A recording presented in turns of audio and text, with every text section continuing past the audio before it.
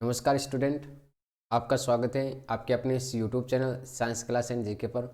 देखो बच्चों, आज हम पढ़ रहे हैं यहाँ पे क्लास 10th का साइंस का जो हमारे यहाँ पे ध्यान रखना, जो हमारे 6 नंबर लेसन चल रहा था, इस 6 नंबर लेसन का आपके पार्ट नंबर 5 है।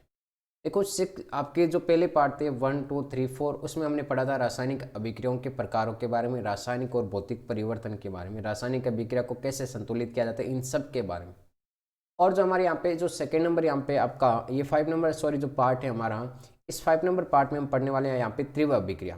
लेकिन जो 4th नंबर पार्ट था, उस 4th नंबर पार्ट में हमने पढ़ा था आपकी मंद अभिक्रिया के बारे में।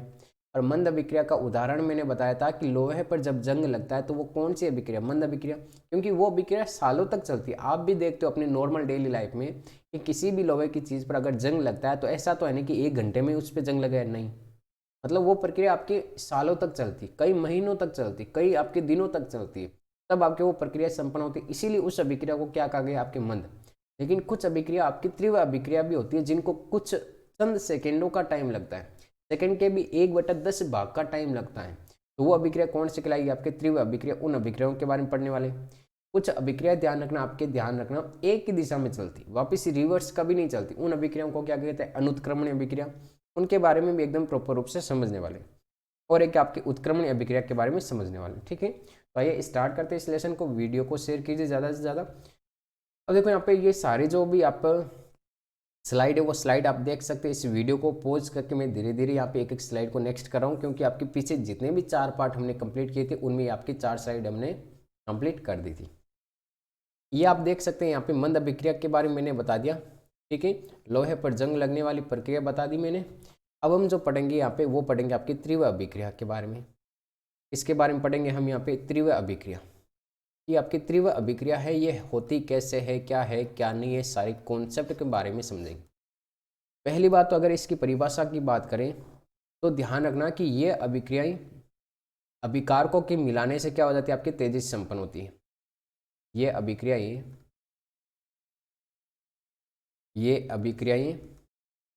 अभिकारकों के मिलाने से अभिकारकों के मिलाने से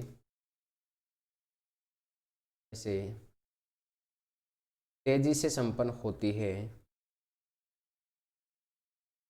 तेजी से संपन्न होती है। अभिकारकों के मिलाने से क्या होती है, वो अभिक्रिया आपकी तेजी से संपन्न होती है। आई बात समझ में यहाँ पे?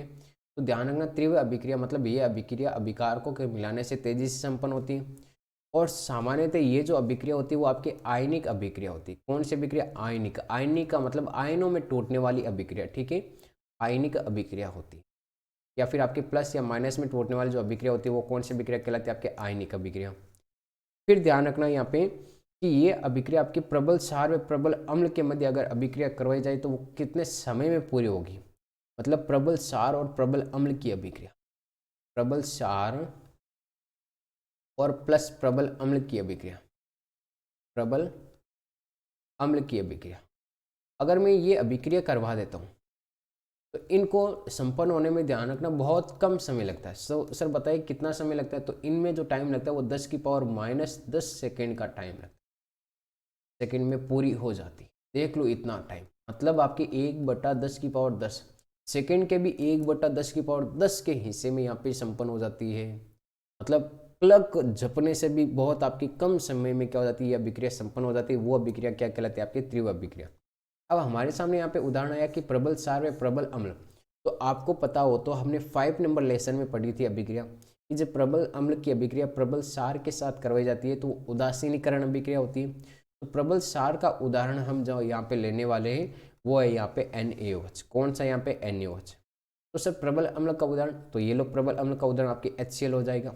इन दोनों के मिलाने से आपको पता है कि यहाँ पे लवण बनता है, ये लो NaCl लवण हो गया। और इसके अलावा जल का निर्माण, इसका निर्माण होता है यहाँ पे जल का निर्माण। तो ये अभिक्रिया कौन सी कहलाएगी, यहाँ पे ध्यान रखना, आपके तीव्र अभिक्रिया कहलाएगी। क्योंकि इसको संपन्न होने में देख लो इतना कम समय लगता है, बहुत ही चंद सेकंडों में आपकी अभिक्रिया संपन्न हो जाती है यहाँ पे। इसीलिए इस अभिक्रिया को क्या कहते हैं, यहाँ पे तीव्र। तीव्र मतलब बहुत ही तेज गति से चलने वाली अभिक्रिया। इसके अलावा एक और उदाहरण देखना यहाँ पे AgNO3 का। AgNO3 प्लस HCl मिलाया जाता है तो यहाँ पे बनता है आपका AgCl।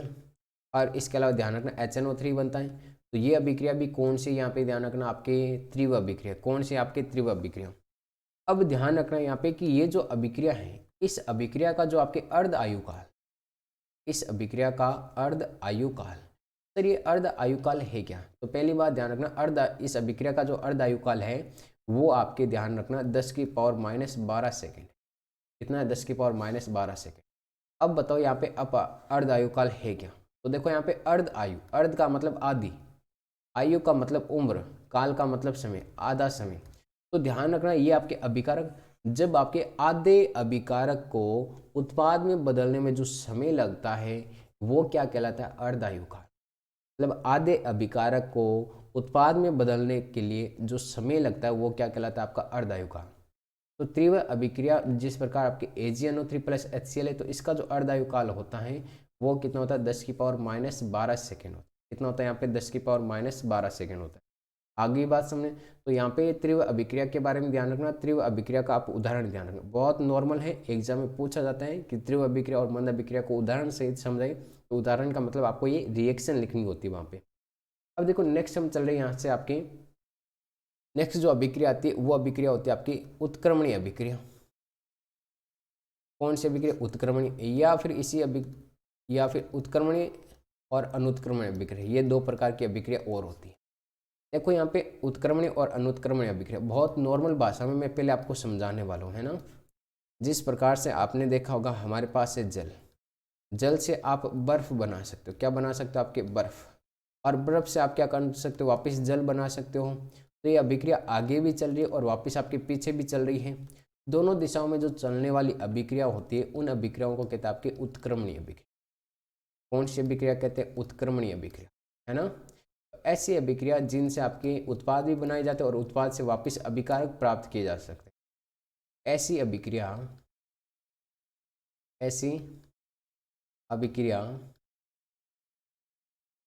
जिसमें अभिकारकों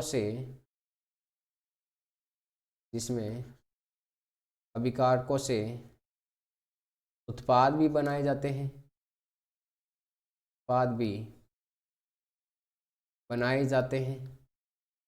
और उत्पाद से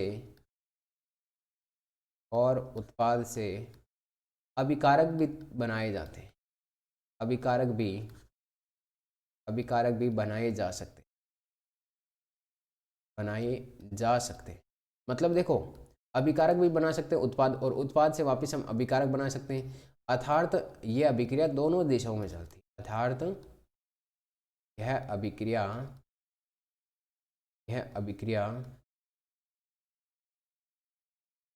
दोनों दिशाओं में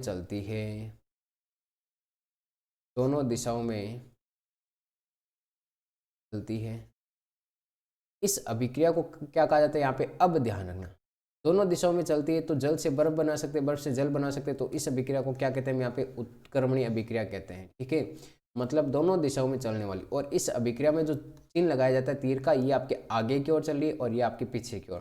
तो इस प्रकार का चिन्ह लगाया जाता है इन अभिक्रियाओं में। अब बात आती है सर यहाँ पे उत्क्रमणीय अभिक्रियाओं का उदाहरण। तो उदाहरण देखो N2+H2, N2+H2। तो ये आपके ध्यान रखना, यहाँ पे NH3 भी बना सकता है, और NH3 वापस क्या कर सकता है, यहाँ पे ध्यान रखना आपके ये प्रोडक्ट भी बना सकता है। ठीक है, तो ये अभिक्रिया देखो आपकी आगे भी चलेगी और पीछे भी चलेगी। तो ये अभिक्रिया कौन सी हो जाएगी, उत्क्रमणीय अभिक्रिया।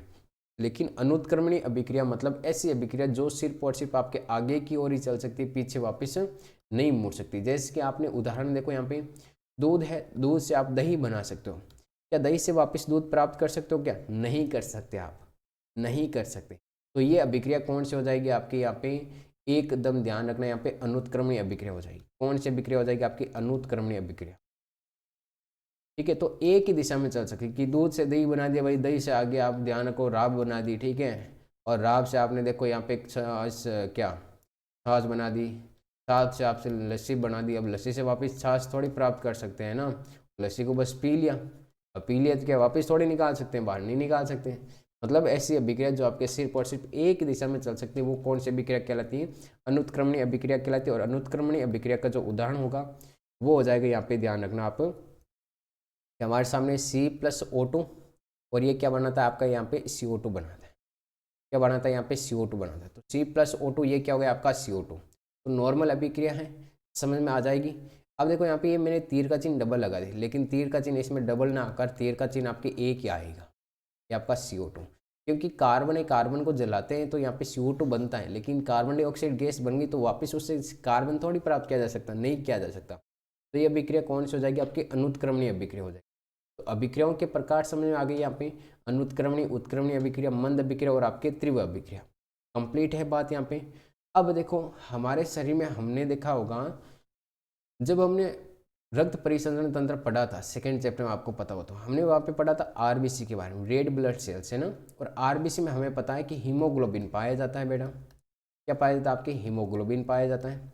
हीमोग्लोबिन हमारे शरीर में आपको पता हो तो O2 व CO2 का परिवहन करता है। किसका परिवहन करता है, O2 व CO2। तो अब आपने देखा होगा कि हीमोग्लोबिन के साथ में ऑक्सीजन जुड़ता भी है, और इधर आपकी कार्बन डाइऑक्साइड भी क्या होता है, आपकी जुड़ता और हटता रहता है। तो ये अभिक्रिया भी कौन सी हो जाएगी, एक प्रकार की अनुत्क्रमणीय अभिक्रिया हो जाएगी। कौन सी अभिक्रिया हो जाएगी, अनुत्क्रमणीय। क्यों, क्योंकि सॉरी उत्क्रमणीय अभिक्रिया हो जाएगी। कौन सी हो जाएगी, उत्क्रमणीय। उत्क्रमणीय का मतलब क्यों, हीमोग्लोबिन के साथ में ऑक्सीजन जुड़ रहा है। जैसे ही रक्त आपके वायु कोशिकाओं के पास में गया तो ऑक्सीजन तो अलग हो गई, कार्बन डाइऑक्साइड जुड़ गई। तो हीमोग्लोबिन के साथ में ऑक्सीजन जुड़ती भी है, वापस हटती भी है, कार्बन डाइऑक्साइड जुड़ती भी, वापस हटती भी है। तो ये अभिक्रिया भी कौन सी हो जाएगी, एक प्रकार की उत्क्रमणीय अभिक्रिया का यहाँ पे ये उदाहरण हो जाएगा। बहुत सरल तरीके से आप समझ सकते हो। आगे बात समझिए यहाँ पे एकदम कंप्लीट। अब देखो कुछ बातें मैं और बता रहा हूँ आपको, उन बातों को आप यहाँ पे एकदम अच्छे से प्रॉपर ढंग से ध्यान रखना, ठीक है। एक हमारे यहाँ पे अभिक्रिया का प्रकार आता है, और वो अभिक्रिया का प्रकार आता है यहाँ पे ऑक्सीकरण अपचयन अभिक्रिया। कौन सी अभिक्रिया आती है आपकी, ऑक्सीकरण अपचयन अभिक्रिया। ये कैसी होती है सर ऑक्सीकरण अपचयन अभिक्रिया, देखो ऑक्सीकरण को इंग्लिश में कहते हैं ऑक्सीडेशन, ऑक्सीकरण को इंग्लिश में कहते हैं ऑक्सीडेशन, और अपचयन को इंग्लिश में कहते हैं रिडक्शन। क्या कहते हैं, अपचयन को इंग्लिश में रिडक्शन और ऑक्सीडेशन, ऑक्सीकरण को इंग्लिश में ऑक्सीडेशन और अपचयन को रिडक्शन। देखो मैं यहाँ से 3 वर्ड ले रहा हूँ, RED, ये लो RED, और इधर से मैं ले रहा हूँ OX, ये लो OX। ये क्या नाम बन गया, रेडॉक्स। क्या बन गया, रेडॉक्स। तो एक आपके अभिक्रिया का प्रकार कौन सा हो जाता है, आपकी रेडॉक्स अभिक्रिया हो जाता है। अब बातें समझना है। सबसे पहले हम बात करते हैं ऑक्सीकरण। इसकी बात करते हैं ऑक्सीकरण। ऑक्सीकरण का मतलब ऐसी अभिक्रिया जिसमें O2 का जुड़ना, इसमें O2 का जुड़ना व हाइड्रोजन H2 का हटना। ऐसी अभिक्रिया जिसमें ऑक्सीजन जुड़ता है वह हाइड्रोजन हटता है, वो अभिक्रिया कौन से कहलाती है, आपके ऑक्सीकरण अभिक्रिया कहलाती है। कौन सी अभिक्रिया कहलाती है, आपके ऑक्सीकरण अभिक्रिया कहलाती है। अब बात करते हैं सर यहाँ पे ऑक्सीकरण अभिक्रिया का उदाहरण तो बताओ। जैसे कि आपने मैग्नीशियम की अभिक्रिया ऑक्सीजन के साथ में करवाई, तो यहाँ पे क्या बना आपका MgO बना। तो यहाँ पे देखो मैग्नीशियम के साथ में पहले ऑक्सीजन नहीं था, लेकिन अब ऑक्सीजन जुड़ गया यहाँ पे, तो ये कौन सी अभिक्रिया हो जाएगी, यहाँ पे ऑक्सीकरण अभिक्रिया हो जाएगी। जैसे कि S+O2, यहाँ पे देखो सल्फर के साथ में अभी ऑक्सीजन नहीं है, लेकिन सल्फर के साथ में अब ऑक्सीजन जुड़ जाती है, तो ये भी अभिक्रिया कौन सी हो जाएगी, ऑक्सीकरण अभिक्रिया। ऐसी अभिक्रिया जिसमें ऑक्सीजन जुड़ता है तथा हाइड्रोजन हटता है, वो अभिक्रिया कौन सी कहलाती है, यहाँ पे ऑक्सीकरण अभिक्रिया कहलाती है। नेक्स्ट अभिक्रिया आती है हमारे सामने यहाँ पे अपचयन अभिक्रिया। कौन सी अभिक्रिया आती है, अपचयन अभिक्रिया। अपचयन अभिक्रिया का मतलब ऐसी अभिक्रिया जिसमें से ऑक्सीजन हटता है, जिसमें से क्या होता है आपका O2 हटता है, ऑक्सीजन हटता है, वह अभिक्रिया क्या कहलाती है, अपचयन अभिक्रिया। जैसे उदाहरण की बात करते हैं हम यहाँ पे कि 2KClO3, 2KClO3, तो यहाँ पे ये बनाता आपका KCl+O2 बनाता है। अब इसको संतुलित करने के लिए यहाँ पे 2 लगा दो, ठीक है। तो यहाँ पे देखो KClO3, यहाँ पे क्या हमारे सामने Cl और O3 है। KClO3 मतलब यहाँ पे KCl के साथ में ऑक्सीजन जुड़ा, यहाँ पे KCl के साथ में ऑक्सीजन नहीं है, मतलब ऑक्सीजन क्या हो गया, यहाँ से हट गया, ये ऑक्सीजन आपके अलग हो गया, हट गया। क्या हट गया, यहाँ पे ऑक्सीजन। तो ये अभिक्रिया कौन सी हो जाएगी, अपचयन। तो ऑक्सीकरण का मतलब ऑक्सीजन का जुड़ना और अपचयन का मतलब ऑक्सीजन का हटना, तो ये अभिक्रिया कौन सी कहलाएगी, यहाँ पे रेडॉक्स अभिक्रिया या फिर आपकी अपचयन अभिक्रिया कहलाएगी। एक बार समझना यहाँ पे कि ऑक्सीकरण के बारे में समझना सिर्फ और सिर्फ, ठीक है। जिसमें ऑक्सीजन जुड़ता है और हाइड्रोजन हटता है वो ऑक्सीकरण, जिसमें ऑक्सीजन हटता है और हाइड्रोजन जुड़ता है मतलब इसका विपरीत, वो कौन सा हो जाएगा, अपचयन। अब जो रेडॉक्स अभिक्रिया आती है, इस रेडॉक्स में क्या होगा कि ऑक्सीकरण भी साथ में होगा और अपचयन भी साथ में होगा। तो ऐसी अभिक्रिया जिसमें ऑक्सीकरण में अपचयन साथ साथ होता है, वो अभिक्रिया कौन सी कहलाती है, रेडॉक्स। और इस रेडॉक्स के बारे में हम पढ़ेंगे आपकी नेक्स्ट वीडियो लेक्चर में।